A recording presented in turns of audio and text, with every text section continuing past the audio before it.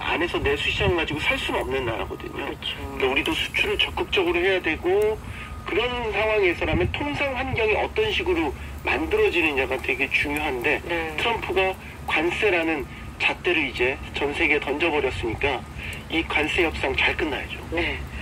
그나저나 한국개발연구원 KDI가 우리나라의 잠재 성장률이 2040년이 되면 구조적으로 제로 수준으로 떨어질 거라는 전망을 내놨거든요. 네. 이걸 보고 저는 제로라는 건 그럼 전혀 성장에 대해서 기대할 수 없다는 걸 말하는 건가요? 네, 그렇죠. 네. 성장하지 못하는 경제가 된다라는 예. 겁니다. 이게 이제 KDI 현안 분석 보고서예요. 잠재 성장률 전망과 정책적 시사점이라는 보고서인데 이걸 보면 이제 올해 우리나라의 잠재 성장률이 이제 1%대 후반으로 추정된다. 네. 원래 우리나라의 잠재 성장률은 꽤 긴 시간 동안 2% 정도로 생각을 하고 있었습니다. 근데 이제 이게 좀 낮아진다. 1%대 후반으로 좀 떨어진다. 그리고 2030년에 가면 1%대 초반으로 떨어진다. 2040년대 가면 이제 드디어 0% 내외까지 하락할 것으로 전망된다. 라는 이제 추정 보고서인 거죠. 근데 이제 중요한 건 그냥 성장률이 아니잖아요. 잠재 성장률이라는 거잖아요. 어떤 차이가 있죠? 이게 이제 이런 거예요. 우리나라가, 예를 들어 한 나라가 갖고 있는 성장하기 위한 모든 생산 요소들, 동력들. 예, 이런 걸 가지고 물가 상승을 유발하지 않으면서 최대한 이뤄낼 수 있는 성장을 잠재 성장률이라고 말하거든요. 쉽게 말해서 내가 이 정도의 생산 요소를 갖고 있으면 뭐 예를 들어 2%라고 칠게요. 2% 정도는 내가 매년 성장을 해야 그래도 내가 유지다. 네, 평균은 했구나. 평균했구나. 네. 네. 이런 걸 의미하는 무슨 거예요. 말씀인지 알겠어요. 네. 근데 만약에 잠재 성장률에도 밑돈다. 그럼 그때부터는 부진하다. 저성장이다. 이렇게 그래도 이야기를 계속 하는 거죠. 유지되면 뭐 그래프가 플랫해진다는 건 생명을 다했다는 거 아닙니까? 그렇죠.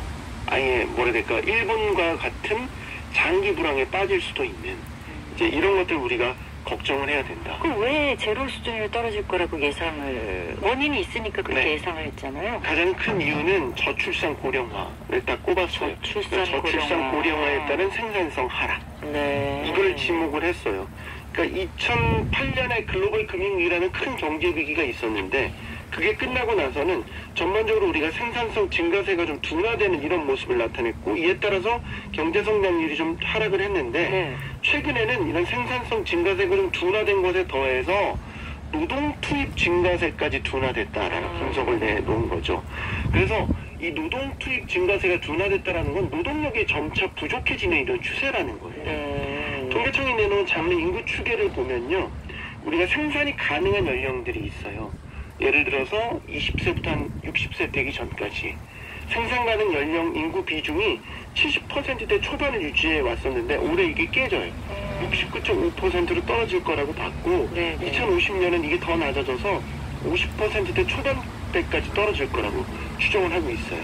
반면에 이제 고령 인구 65세 이상 고령 인구는 올해 비중이 20%를 넘어선 후에 2050년에는 2배, 40%대까지 올라갈 거라고 보는 거죠. 그러니까 일할 사람이 점점 줄어든다라는 거죠. 그렇다면서 뭐 무조건 뭐 저출산 고령화를 갑자기 우리가 어떻게 할 수 있는 부분은 아니잖아요. 네. 다른 부분에서의 생산성 하락을 좀 막을 수 있는 방법도 고려해야 될 것 같고요. 네, 결국에는 노동시장이라든지 아니면 우리 임금 체계를 전면적으로 개편을 해야 될 필요성이 있다고 보고 있는데 예를 들어서 우리 임금 체계 기본적으로 호봉제잖아요. 연차가 쌓이면 쌓일수록 기본적으로 기본급이 올라 이런 것들이 좀 개선이 돼야 되고 그다음에 노동시간 규제 이런 것들을 좀 완화해서 인적 자원을 좀 효율적으로 유연하게 활용할 수 있어야 된다. 그 다음에 이제 인구구조 변화에 따른 노동력 감소가 불가피하다면 예를 들어서 고령층도 경제활동을 더 활발하게 할 수 있도록 우리가 이런 노동시장 구조를 바꿔야 된다라는 점 이런 것들을 좀 정책적 어젠다로 제시를 하고 있습니다. 네. 이게 모든 게 꼬여 있어서 한 가지만 어떻게 한다고 되는 게 아니라 다 함께 정말 머리를 맞대고 고민해서 생각해야 봐야 할 문제가 아닌가 합니다. 주간경제 브리핑이었습니다. 손석우 경제평론가 수고하셨습니다. 고맙습니다. 감사합니다. 지금 시각 3시 22분이 됐고요. 날씨 좀 알아보겠습니다. 기상청의 송소진 씨입니다. 오늘 종일 바람이 강하게 불며 쌀쌀하겠습니다. 한낮 기온이 서울과 대전 15도, 광주 17도, 부산 제주 18도, 대구 20도 등에 머물며 평년 기온을 3도에서 10도 정도 밑돌겠습니다. 서울은 비가 그쳤지만 아직 중부지방과 전북 지역 곳곳에 약한 비가 산발적으로 내리고 있습니다. 앞으로 강원도에 5에서 20mm, 경기 북부에는 5에서 10mm, 서울 등 그 밖의 지역에는 5mm 안팎의 비가 더 오다가 오후에서 밤 사이에 대부분 그치겠는데요. 다만 강원 영서는 내일 새벽까지 이어지는 곳이 있겠습니다. 지금 대부분의 해안 지역과 강원 중남부 산지, 경북 북동 산지와 제주도 산지에는 강풍주의보가 발효 중이고요. 그 밖의 지역도 오늘까지 강한 바람을 주의하셔야겠습니다. 일요일인 내일은 다시 전국의 하늘이 맑아지겠고 낮에 서울과 대구 22도 등으로 오늘보다 2도에서 10도 정도 오르면서 예년 이맘때의 따뜻한 봄 날씨를 회복하겠는데요. 아침 저녁은 쌀쌀해서 큰 일교차